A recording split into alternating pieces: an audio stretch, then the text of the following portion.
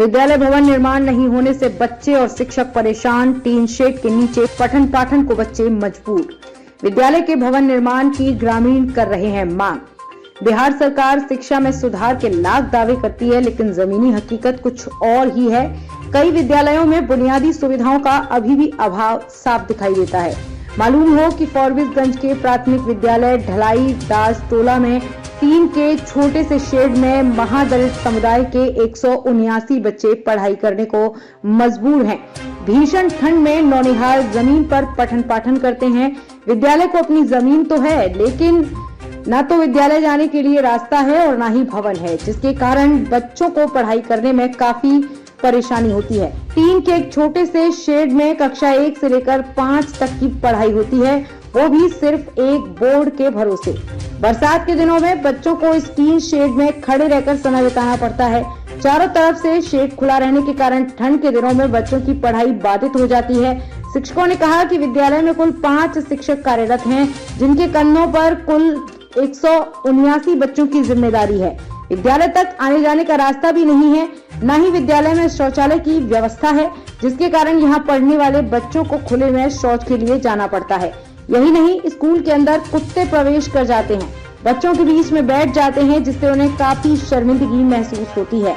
भवन और बोर्ड के अभाव में विद्यालय के शिक्षक भी किसी तरह से बच्चों को पढ़ा पाते हैं।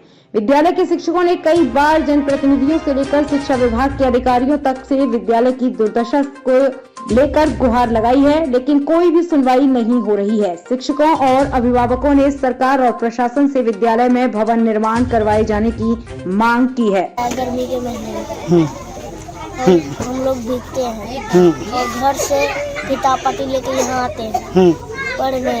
जब बारिश बरसता है तो जमीन भीग जाता है, तो बोरा बिछाते हैं तो मतलब भीग जाता है, तो बैठना पड़ता है। बारिश का संभावना करनी पड़ता है, सामना करना पड़ता है। घर से ही बुरा चट्टी लेके आते हो। और क्या समस्या होता है? समस्या सर दिक्कत होता है, बहुत दिक्कत होता है। घर से ही खुले में जाने में क्या समस्या होता है? यहाँ शौचालय वगैरह है? नहीं, शौचालय वगैरह नहीं है। कहाँ जाते हो? खुले में ही जाते हैं। क्या नाम है? सिद्धार्थ बिहारी। किस क्लास में हो? 5 में। कौन सा जगह है?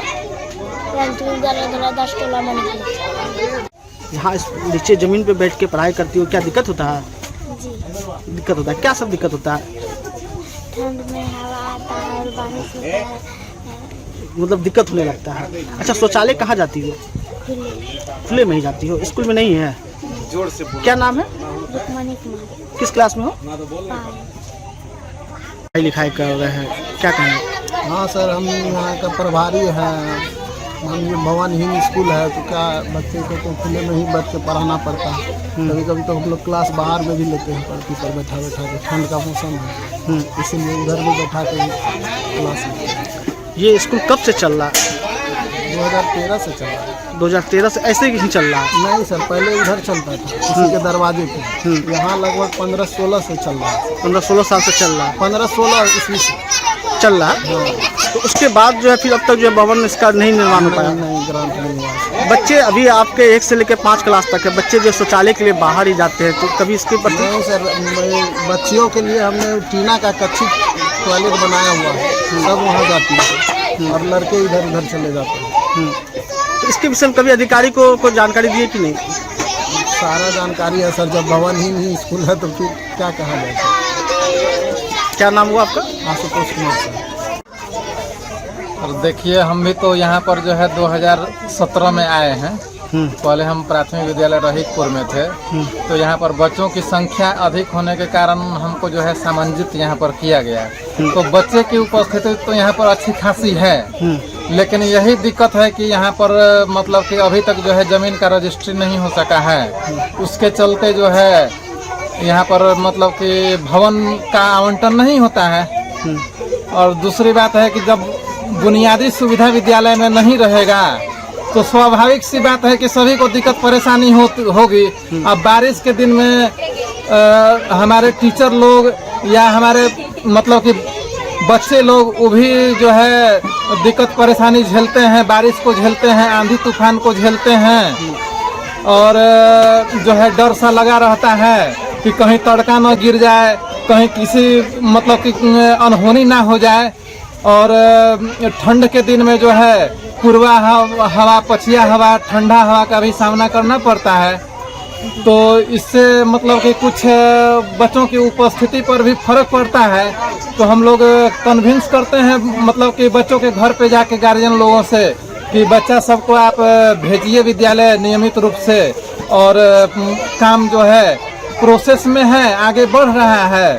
जब होगा तो मतलब कि बिल्डिंग भी बनेगा और जो भी बुनियादी सुविधाएं हैं। कितने सालों से ऐसे खाली पड़ा हुआ है?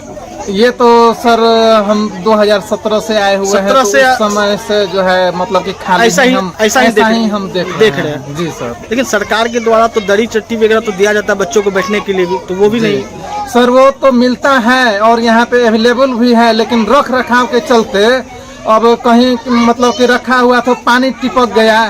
तो मतलब कि शुरू में जब मिला था तो बच्चे यूज भी कर रहे थे, बहुत दिन यूज भी किए, और रख रखाव के चलते जो है वो सड़ गया। अब जमीन पर रहता है, कोई रख रखाव का अच्छा मतलब कि व्यवस्था नहीं है, उसके चलते मतलब कि चूहा भी उसको काट देता है। क्या ऐसे हाँ, चट्टी को, और नीचे में रहने से मतलब कि मॉइस्चर भी पकड़ता है, उसे सड़ भी जाता है। आज भी बच्चे खुले में जो है शौच करने जाते हैं, क्या लग रहा है सर? ये तो है बिल्कुल खुले में, तो मतलब कि हमारी छात्राएं जो भी हैं तो वो रसोई घर के पीछे में एक मतलब कि छोटा सा घेरा बनाया हुआ है। तो जो भी बड़ी बड़ी लड़कियां हैं तो उसमें तो चली जाती हैं, लेकिन और सभी बच्चों को जो है बाहर जाना पड़ता है। क्या नाम तो दिक्कत तो है ही। क्या नाम हुआ? मेरा नाम मनोज कुमार वर्मा, पंचायत शिक्षक, प्राथमिक विद्यालय ढलाई दास टोला, मानिकपुर, BRC, फॉरबिसगंज, जिला अररिया, बिहार।